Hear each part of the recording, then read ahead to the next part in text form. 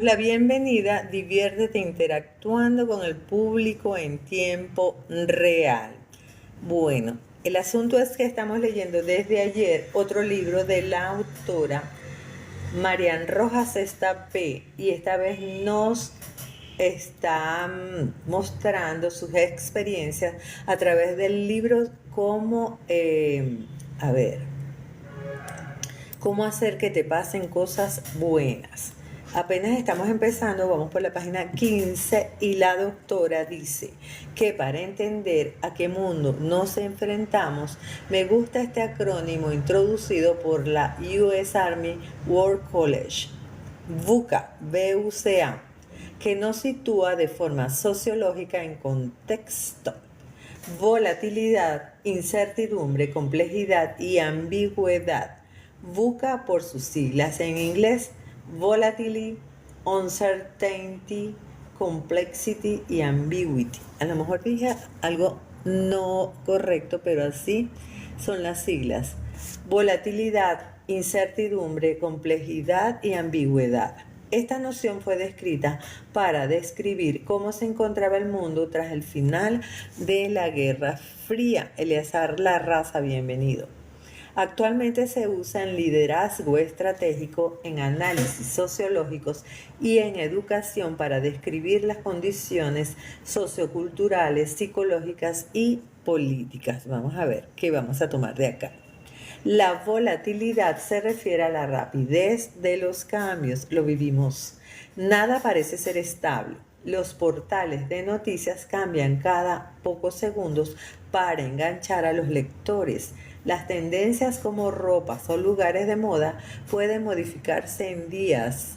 La economía y la bolsa fluctúan en cuestión de horas. Es así. Bienvenido, Edgar José Romero. La incertidumbre, que es otro factor. Pocas cosas son predecibles. Los acontecimientos se suceden y uno puede sentirse impactado ante el giro de la situación. A pesar de que existen algoritmos para intentar adelantar o prever el futuro, lo sé porque lo hacíamos en pronósticos, la realidad acaba superando a la ficción. Hay que aplicar otros métodos. La complejidad se explica porque nuestro mundo está interconectado y el nivel de precisión en todos los campos del saber humano es casi infinitesimal. El punto del zombie, bienvenida Gaby, Sora, bienvenida. A pesar de que existen algoritmos para intentar adelantar o prever el futuro, la realidad acaba superando a la ficción. La complejidad se explica porque nuestro mundo es totalmente infinitesimal. Hasta los más mínimos detalles influyen en el resultado de la vida. El famoso efecto mariposa de la teoría del caos, la ambigüedad que yo conectaría con el relativismo, no deja paso a una claridad de ideas. Todo puede ser o no ser. No existen ideas claras sobre casi ningún aspecto. Antes era más fácil hacer predicciones. Sigo. Siempre he pensado, la doctora Marian Rojas, que la psiquiatría es una profesión maravillosa. Es la ciencia del alma. Ayudamos a las personas que se acercan a pedir ayuda, a entender cómo funciona su mente, qué complejo, su procesamiento de la información, sus emociones y su comportamiento. Intentamos restaurar heridas del pasado o aprender a manejar situaciones difíciles o imposibles de controlar. Bienvenidos. Actualmente existen múltiples libros para aprender a enfocarse mejor en la vida y aprender a gestionar diferentes temas. Como todo, hay que saber filtrar y principalmente encontrar el tipo o estilo que más nos conviene. Los psiquiatras y psicólogos debemos adaptarnos a nuestros pacientes, entender sus silencios, sus momentos, sus miedos, sus preocupaciones, sin juzgar, con orden y sosiego, sabiendo transmitir serenidad y optimismo. Tremendo trabajo. Así más o menos somos los vendedores, los que nos gustan las ventas, los abogados. Hay muchas profesiones que tienen que fungir como psiquiatras, psicólogos, no psiquiatras como psicólogos. Me fascina entender, dice ella, y saber cómo pensamos, las causas de nuestras reacciones y qué son las emociones y cómo se reflejan estas en la mente.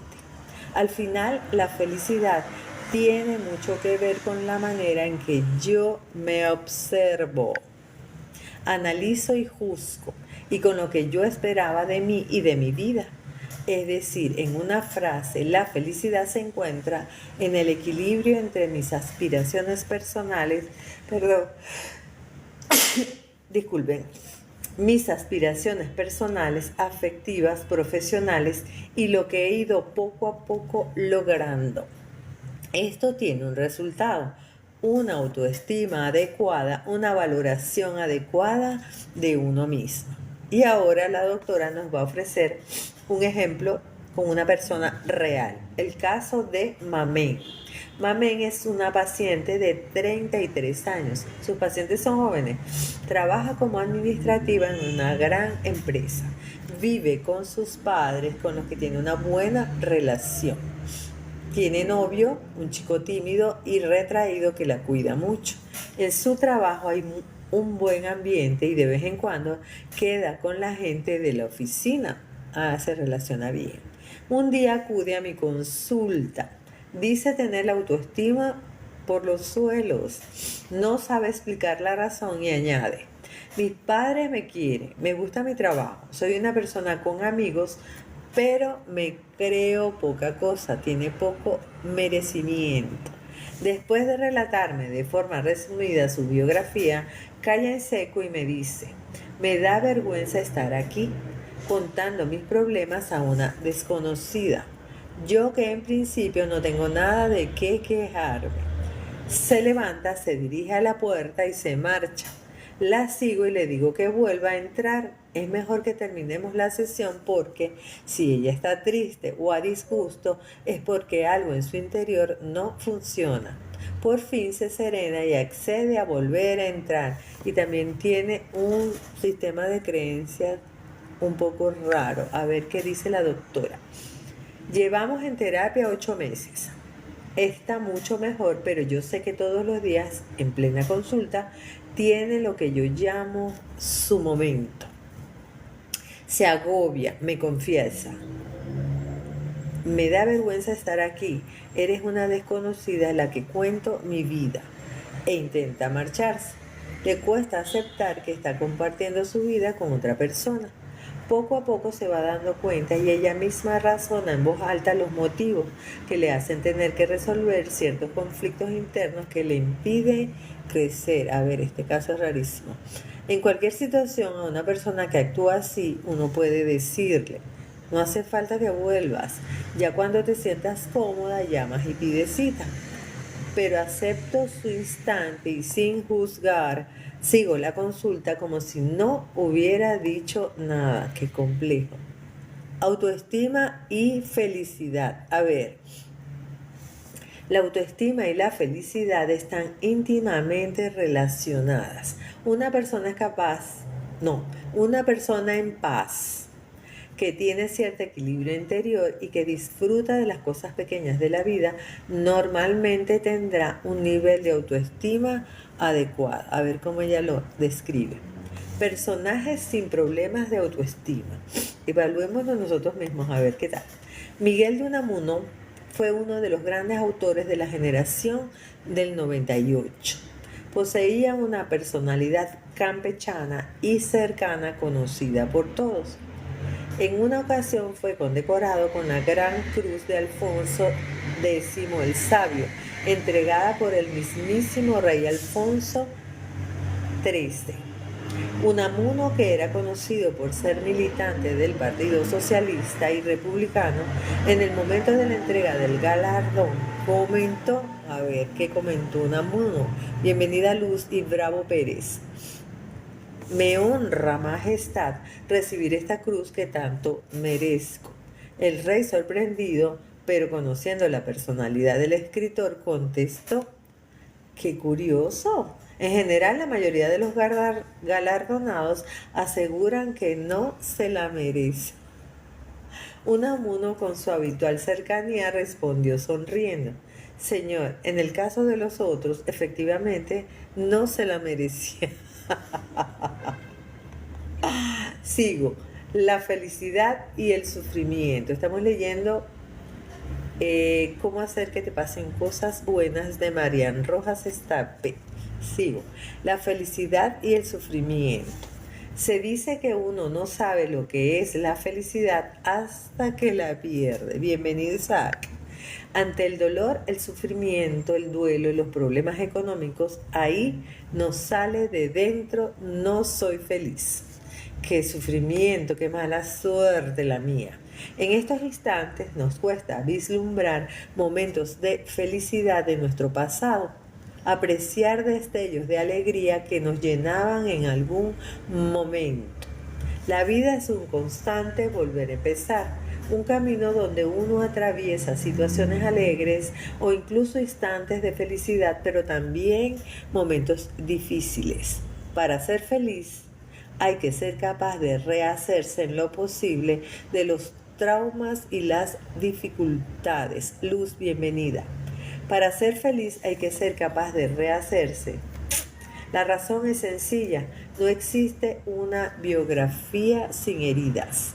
Las derrotas y cómo encajarlas son lo más decisivo en cualquier trayectoria. El ser humano, a lo largo de toda una vida, atraviesa momentos muy exigentes y difíciles, por lo que no podrá ser feliz si no aprende a superarlos, o al menos a intentarlo, a gestionar las emociones. Moisés Montero, bienvenida. Ok. Bienvenida. Saludos a Moisés Montero. Chévere. Sigo con Marian Rojas Estapé. Como psiquiatra en consulta he tratado toda clase de traumas y soy consciente, al redactar estas líneas, de que existen biografías muy duras, algunas mucho más que otras. Hay aspectos ajenos a nosotros que no podemos cambiar. No podemos elegir gran parte de lo que nos sucederá en la vida, pero somos absolutamente libres, todos y cada uno de nosotros, de elegir la actitud con la que afrontar lo importante. Nos reparten unas cartas, mejores o peores, pero son las que tenemos y hay que jugarlas lo mejor posible. El hombre necesita herramientas para superar las heridas y los traumas del pasado. Bienvenida, Janet Berrío. El hombre necesita herramientas para superar las heridas y los traumas del pasado. Los episodios que nos arrasan física y psicológicamente van dejando una huella importante en nuestra biografía. La manera en la que cada uno se sobrepone y vuelve a empezar marca nuestra personalidad en muchos aspectos. Ese talento nace de una fortaleza interior que todos tenemos desarrollada en mayor o menor medida: la resiliencia, que si sabemos nosotros de resiliencia. Sigamos. El concepto de resiliencia fue puesto en boga por el médico francés Boris Cyrulnik. Este psiquiatra, hijo de unos emigrantes judíos de origen ucraniano, nació en Burdeos en 1937. Tras la ocupación nazi, cuando tenía solo 5 añitos, sus padres fueron arrestados y deportados a campos de exterminio, pero él huyó.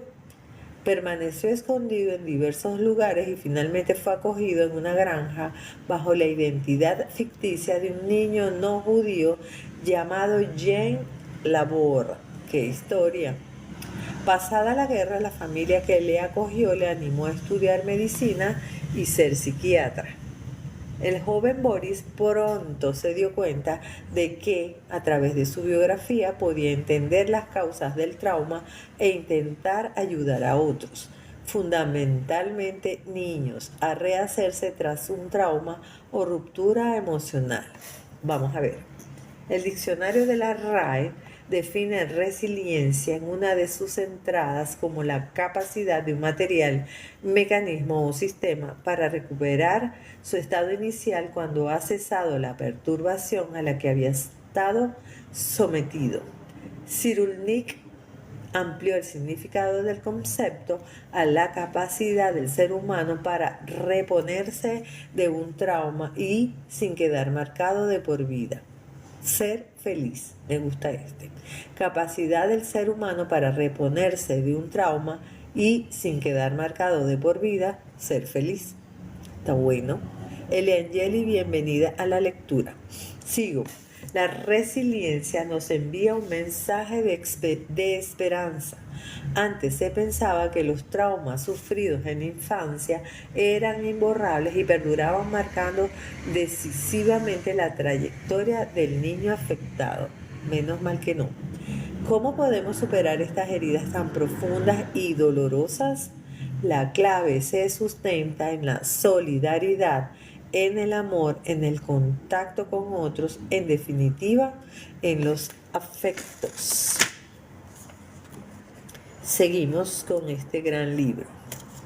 Cyrulnik, a lo largo de su experiencia, muestra numerosos ejemplos al respecto. En la Universidad de Toulon, donde es profesor, ha trabajado con enfermos de Alzheimer. Muchos de ellos han olvidado las palabras, pero no los afectos, la música, los gestos o las muestras de cariño. Cyrulnik insiste en la flexibilidad de la psique. Bienvenida, Matías y Bea. Antes se pensaba que una persona quedaba marcada por el dolor y el sufrimiento. Si la persona supera ese trauma, esa herida, se convierte en alguien resiliente. En este proceso de ayuda es clave no culpabilizarla por los errores del pasado y prestarle apoyo y cariño. Existen múltiples terapias para ello. Hace unos años trabajé en Camboya sacando niñas de la prostitución infantil. Ha sido de forma clara uno de los momentos que ha marcado mi vida de manera más importante. Me dediqué a ir por los burdeles de Camboya rescatando niñas en condiciones deplorables. Bianchi Matías, bienvenida. Recuerdo de forma nítida a una niña recién rescatada de una red de prostitución con 13 añitos que me preguntaba con la mirada perdida: ¿seré capaz de tener una vida normal y disfrutar de algo? El mensaje de esperanza está allí. La ciencia lo explica. Mi experiencia me lo ha enseñado. Existen métodos de curación que sanan las heridas más profundas. A lo largo de estas páginas contaré cómo acabé colaborando en ese proyecto tan apasionante en Camboya y algunas de las historias que han marcado mi vida. Todo el camino que he recorrido me ha ayudado a entender mejor el cerebro humano y con él el sufrimiento y en última instancia el camino a la felicidad. Suena bien, sí. Gracias por estar allí. El trauma. A ver, ¿cómo nos lo narra la doctora? Un acontecimiento traumático destruye la identidad y la convicción sobre uno con respecto a los demás y al mundo. Esa ruptura es el inicio de lo que conocemos como trauma. Cyrulnik estableció que para que suframos un trauma se ha de cumplir la teoría del doble golpe. A ver, el primer golpe sería el evento perturbador propiamente dicho, el acontecimiento traumático en sí.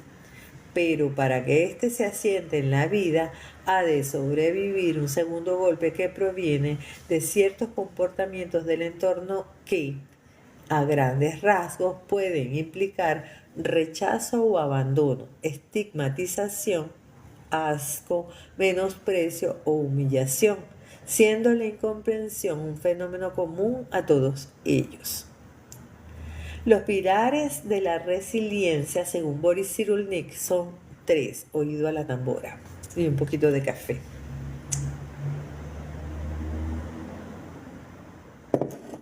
Los pilares de la resiliencia, según este estudioso, es el personal, contar con herramientas interiores desde el nacimiento. El apego seguro es una de las prevenciones más potentes que existen para superar un trauma. ¡Wow! 2. El contexto familiar y social. El tipo de apoyo que otorgan los cuidadores, padres y figuras de apego. Estos son clave para sobreponerse a un trauma doloroso. Aquí entra en juego el segundo golpe de forma importante. David Perry, bienvenida a la lectura. Y por último, el contexto social, es decir, contar con el apoyo social y legal en esos momentos. El apoyo de la comunidad mitiga el trauma y fortalece a la víctima. Margarita Santi, bienvenida a la lectura de cómo hacer que te pasen cosas buenas. Sigo. Cyrulnik, imagínese que un niño ha tenido un problema, que ha recibido un golpe, y cuando le cuenta el problema a sus padres, a estos se les escapa un gesto de disgusto, un reproche. En ese momento han transformado su sufrimiento en un trauma. Ok, ya entendí el segundo golpe. El caso de Lucía, aquí nos van a ejemplificar más. Lucía es una niña de 6 años. Vive con sus padres y sus dos hermanos de 7 y 2 años. Van al colegio de su barrio y es una niña muy feliz, creativa y con gran capacidad imaginativa. Un día, entrando en una fiesta de cumpleaños en casa de un amigo del colegio, acude al cuarto de baño. Al entrar ve que dentro está el padre de un chico de su clase. Se queda afuera y se disculpa de forma educada. El tipo en cuestión, no merece otro nombre, le dice de forma amable que entre. Se baja el pantalón y le pide a Lucía que le toque. La niña asustada obedece. Acto seguido, él le quita la ropa interior a ella y le mete la mano bajo el vestido. Paralizada, Lucía no puede hablar ni gritar. El tipo amenaza a la niña para que no cuente nada a nadie o le hará mucho daño a ella y a sus hermanos. Lucía sale del baño y se esconde a llorar en una esquina.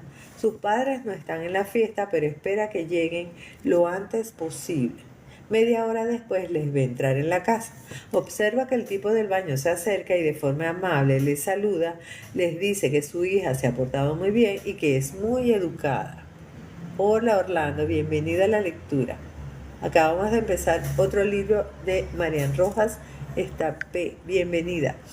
Y bienvenida acá, Sanemi. Sigue. Tus padres están aquí. Ya les he dicho que te has portado muy bien. Dales un besito a tus hermanos cuando les vea. Para Lucía no hay duda y al subir al coche lo primero que hace es contar a sus padres lo sucedido. No dan crédito, pero la escuchan con suma atención. A los 2 días acuden a mi consulta a pedir consejo y ver cómo gestionarlo. Dudan de que sea cierto, pero no quieren en ningún caso poder herir más a la niña. Esto es lo que tenemos que hacer cuando tenemos dudas. Traté a Lucía durante medio año. Tenía pesadillas, le daba miedo tratar con hombres mayores, se sentía triste y no quería ir al colegio. Desde el primer momento se le mostró el apoyo de sus padres. El tema se llevó a juicio y ella aprendió a mejorar sus fortalezas interiores. Ok. Hoy es una niña sana, feliz, de 13 años. Hace pocos meses vino a verme a la consulta a contarme que se va a una temporada a Irlanda a aprender inglés. Sus palabras en la despedida fueron, oído al tambor, ya no tengo miedo, lo he superado. Quiero darte las gracias por apoyarme, por creerme y por fortalecer la relación con mis padres. Sé que sí sabía. Sé que dudaron de mí durante unos instantes. El hecho de que me apoyaran hasta el final y de que tú me trataras desde el inicio me ha librado de un gran trauma para siempre. Qué duro este caso. A ver, voy a terminar de leer acá y lo dejamos hasta el lunes. Sigo. Ser feliz es ser capaz de superar las derrotas y levantarse después. Ok, voy a terminar esto. Hoy, el presente puede resultar en ocasiones una pesadilla. En algunos casos uno ansía huir hacia adelante. En otros momentos uno se bloquea y se queda paralizado en algún recuerdo o evento pasado traumático. Sentarse en el pasado nos convierte en personas agrias, rencorosas, incapaces de olvidar el daño cometido o la emoción sufrida. Todos hemos pasado por etapas donde percibimos que necesitamos una pausa o freno para recuperar fuerzas tras una temporada muy exigente física o psicológicamente, o solo para volver a intentar alcanzar una meta que no hemos logrado. En esos momentos de parón, que te paras, sobre todo al principio de unas vacaciones, afloran la tensión y el agotamiento. Uno se percibe más vulnerable que nunca. Esa vulnerabilidad no solo es psíquica, sino que al relajar el cuerpo tras una temporada de esfuerzo, se produce una bajada generalizada de nuestras defensas que favorece que se contraigan ay Dios, que se contraigan catarros, gripes u otras enfermedades. Oh, sí, se bajan las defensas. Son precisamente esos momentos post-tensión los más importantes en nuestra trayectoria psicológica, puesto que en función de cómo los afrontemos pueden sobrevenir importantes desajustes mentales. Debemos estar muy vigilantes en esas temporadas porque con frecuencia es al frenar la actividad, al tener tiempo, cuando nos paramos a pensar y cuando podemos darnos cuenta de si nuestra salud psicológica está en riesgo por algo que ha ocurrido. En cualquier caso, las batallas las ganan los soldados cansados, las guerras los maestros de la fortaleza interior. Esa fortaleza interior nos ayudará a superar los problemas y se cultiva aprendiendo a dominar el yo interior, los pensamientos del pasado o inquietudes del futuro que nos atormentan y nos impiden vivir de forma equilibrada en el presente. ¿Qué tal, Mauricio? Gracias por estar allí. El tiempo no cura todas las heridas, oído a lo que dice, pero sí aparta lo más doloroso del centro de mira. El sufrimiento es, por tanto, escuela de fortaleza. Cuando ese torrente que emana del sufrimiento es aceptado de manera sana, claro, bienvenida, uno adquiere un dominio interior importante y fundamental para la vida. Gracias por eso. El equilibrio es aprender a mantener cierta paz interior, ecuanimidad y armonía a pesar de los mil avatares de la vida. Bienvenida Patricia, Patri. Tras el golpe hay que retomar las riendas de la propia vida para alcanzar el proyecto de vida que uno tenga trazado. Ser señores de nuestra historia personal. Lo sencillo es actuar en las distancias cortas, vivir limitándonos a reaccionar a los anárquicos impulsos externos que nos afecten, dejándonos llevar. Lo deseable, aunque complejo, es diseñar la vida con objetivos a largo plazo, de modo que, aunque algo nos desvíe, podamos redirigirnos hacia nuestra meta. Quien no tiene ese proyecto, quien no conoce en qué se quiere convertir y que no encuentre sentido a su vida, no puede ser feliz. Lo dice Marian Rojas Getapé. La solución no está en las pastillas.